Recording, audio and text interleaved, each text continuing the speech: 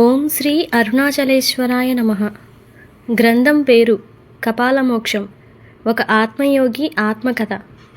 గ్రంథ రచయిత పరమహంస. అధ్యాయం 43, 3వ భాగం. నిజ దీక్షా గురువు దర్శనం.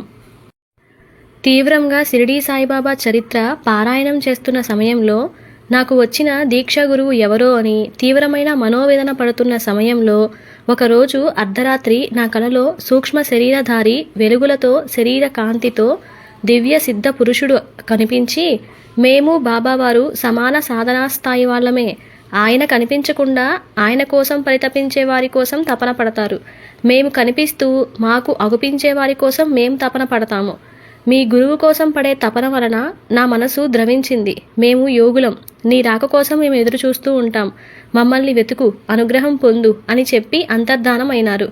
ఆయన ఎవరో తెలియదు, ఇది కళ లేదా భ్రాంతి అనేది అర్థం కాలేదు. ఒకటి మాత్రం నాకు అర్థమైంది, వారు నాకు వచ్చిన దీక్షా గురువులని.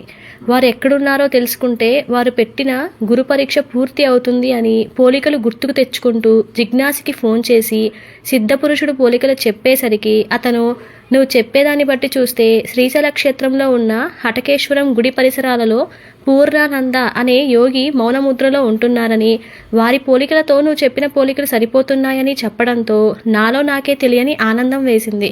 కొన్ని రోజుల తర్వాత నేను ఇంటికి వెళ్ళి ఈ పూర్ణానంద యోగి గురించి ఆరా తీసినప్పుడు, నేను 8వ తరగతిలో ఉన్నప్పుడు మా ఆలయం ట్రస్ట్ వాళ్ళు ఒకసారి ఈయనను గుడికి కూడా తీసుకుని వచ్చినారని, కేవలం ఆయన ఎవరితో మాట్లాడకుండా, ఎవరిచ్చినా వాటిని స్వీకరించకుండా, ఎవరి వైపు తీక్షణంగా చూడకుండా తనలో తాను ఏదో తెలియని అనుభూతిని లోనవుతూ 3 గంటల పాటు అలాగే మౌనంగా ఉంటూ గుడి లోపలికి వచ్చి శివలింగమూర్తిని చూసి ఓం నమః శివాయ అని ముమ్మారు పెద్దగా అని మా నాన్నగారి వైపు తిరిగి ఆయనకు 5 రూపాయల నోటు అలాగే కొంచెం మంత్రించిన బియ్యం ఇచ్చి, వీటిని దాచుకో, ధనానికి అన్నపూర్ణకి లోటు ఉండదని, ఆ సమయంలో నీవు అక్కడికి వచ్చేసరికే నిన్ను మాత్రం కొన్ని క్షణాలు దీక్షగా తీక్షణంగా చూసి తన బొటనవేలు నీ బొట్టు స్థానంలో తాకించి ఏదో చిరునవ్వు నవ్వుతూ వెళ్ళిపోయినారని చెప్పడంతో నాలో ఏదో తెలియని ఆందోళన మొదలైంది. నాకు ఊహ తెలియని వయసులో వచ్చి ఊహ తెలిసేసరికి కనిపించని స్థాయికి వెళ్ళిన సిద్ధపురుషుడు ఆయన.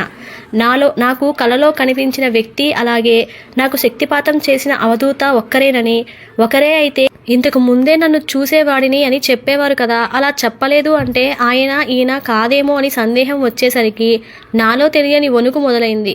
ఆయన కాకపోతే నాకు వచ్చిన దీక్షా గురువు ఎవరో అని చేసిన పూజలు తపనలు దేనికి పనికి రాకుండా పోతాయి. మళ్ళీ కథ మొదటికి వస్తుంది.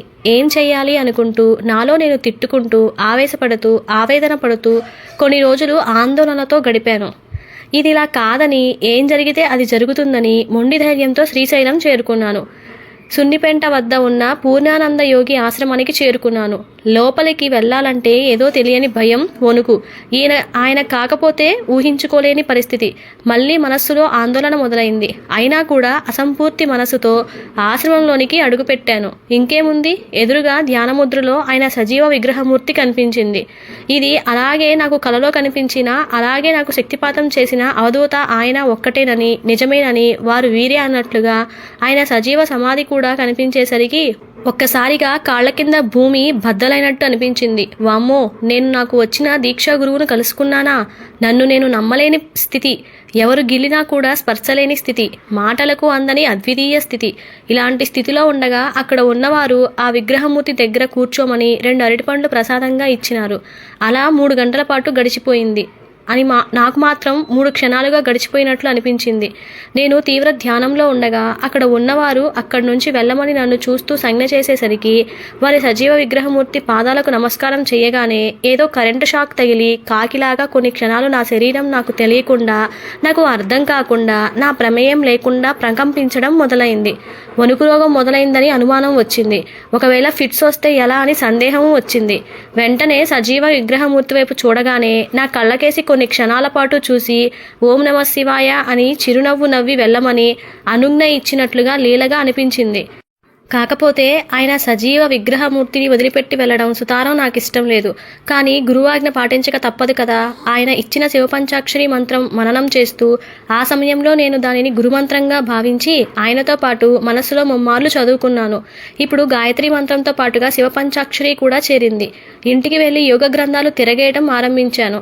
అది కరెంటు షాక్ కాదని, మనలో కుండలిని శక్తి జాగృతి అయినప్పుడు ఇలాంటి అనుభూతి కలుగుతుందని, సిద్ధపురుషులు కళ్ళ ద్వారా, స్పర్శ ద్వారా, పాదసేవ ద్వారా శక్తిపాతం చేస్తారని, తద్వారా మనలోని కుండలిని శక్తి జాగృతమయ్యి యోగ చక్రాలు జాగృతి అవుతాయని తెలుసుకొని నాకు కలిగిన అనుభూతిని వీటికి సంబంధించింది అవటంతో నా గుండెల మీద ఉన్న బరువు దూది పింజల్లా ఎగిరిపోయింది.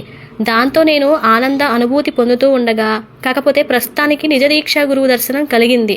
అలాగే వీరి అనుగ్రహం వలన నాకు శక్తిపాత సిద్ధి ద్వారా కుండలిని శక్తిని జాగృతిగా చేసినందుకు కృతజ్ఞతలు చెప్పడం తప్ప ఏమీ చేయలేకపోయాను. కానీ ప్రస్తుతం ఈయన భౌతికంగా లేకపోయేసరికి మళ్ళీ నిజ శబ్ద అనుభవ పాండిత్యమున్న సజీవ భౌతిక గురువు కోసం నా మనస్సు తపన ఆగలేదు. ఇంకా తర్వాత జరిగిన విచిత్ర దైవ అనుభవాలు తెలుసుకోవాలనుందా? ఇంకా ఎందుకు ఆలస్యం? నాతో ముందుకు ప్రయాణించండి. శుభం భూయాత్. గమనిక: ఈ పూర్ణానంద యోగి ఇచ్చిన మంత్రించిన బియ్యం 5 రూపాయల నోటు ఇప్పటికీ అనగా 27 సంవత్సరాల పాటు భద్రంగానే ఉన్నాయి. విచిత్రం ఏంటంటే ఆయన మంత్రించి ఇచ్చిన బియ్యం ఇప్పటికీ దాదాపుగా 27 సంవత్సరాలు కావస్తున్నా పాడవకుండా, విరిగిపోకుండా, ముక్కవాసన రాకుండా, పురుగు పట్టకుండా అలాగే భద్రంగా ఉన్నాయి. సిద్ధపురుషుల మహత్యాలు ఇలాగే యోగతత్వమును కనబరుస్తాయి. అదే నకిలీ స్వాములు చేస్తే మహత్యాలు మ్యాజిక్ నేర్చుకుని వారు చేసే కనికట్టును ప్రదర్శిస్తాయి. కొన్ని సంవత్సరాల తరువాత మళ్ళీ అంటే 2000 సంవత్సరం పరమపదించిన గురువుగారు ఇంకా ఇప్పటికీ సజీవమూర్తిగా ఉన్నారా అనే ధర్మ సందేహం నన్ను వెంటాడింది. దీనిని నివృత్తి చేసుకోవడం కోసం మరలా శ్రీశైలం వెళ్ళినాను. స్వామివారి సజీవ సమాధి అలాగే వారి విగ్రహమూర్తిని దర్శనం చేసుకున్నాను. అక్కడ యథావిధిగా నిత్య పూజలు జరుగుతూనే ఉన్నాయి. నా సందేహ నివృత్తి కోసం అక్కడే ఉండి ధ్యానం చేసుకున్నాను. బహుశా 48 నిమిషాల తర్వాత నా ధ్యానంలో ఆయన ప్రియ శిష్యుడు స్వామి ప్రణవానంద సూక్ష్మ శరీరం కనపడింది. కాషాయ వస్త్రధారిగా ఉన్నాడు. ఈయన నన్ను చూసి, మీరేనా స్వామి పరిపూర్ణానంద కోసం వచ్చినవారు అనగానే నా చుట్టూ అడవి ప్రాంతం ఉన్నట్టుగా నా వెంట రండి అంటూ చెట్ల తోపులోనికి తీసుకువెళ్లారు. అక్కడ ఉన్న ఒక రాతి మీద కూర్చుని ఉన్న తెల్లని వస్త్రాలు ధరించిన స్వామివారు కనిపించారు. వారికి నమస్కరించే లోపే వారు చాలా వేగంగా లేచి అక్కడే ఉన్న చిన్నపాటి కొలనులో మునిగి అదృశ్యమైనారు. అంతటితో నా ధ్యానానుభవం పూర్తయింది. కానీ అది ఖచ్చితంగా శ్రీశైల పరిసర ప్రాంతం అని చెప్పవచ్చు. కాకపోతే అది భీముని కొలను లేదా భైరవశైల ప్రాంతం లేదా ఏదైనా ప్రాంతం కావచ్చును. ఖచ్చితంగా అక్కడ ఒక కొలను, రాతిబండ మాత్రం ఉన్నట్లుగా చుట్టుపక్కల అడవి ప్రాంత పరిసరాలు కనిపించాయి. అంటే ఇప్పటికీ వీరు సజీవమూర్తిగా, సూక్ష్మ శరీరధారిగా శ్రీశైల పరిసర ప్రాంతంలో సజీవమూర్తిగా సంచారం చేస్తున్నారని నాకు దివ్య ధ్యాన అనుభవం ఇచ్చినందుకు స్వామివారికి కృతజ్ఞతలు చెప్పుకొని వారి జీవ సమాధికి పాదనమస్కారం చేసి మౌనంగా అక్కడి నుంచి బయటకు వచ్చాను.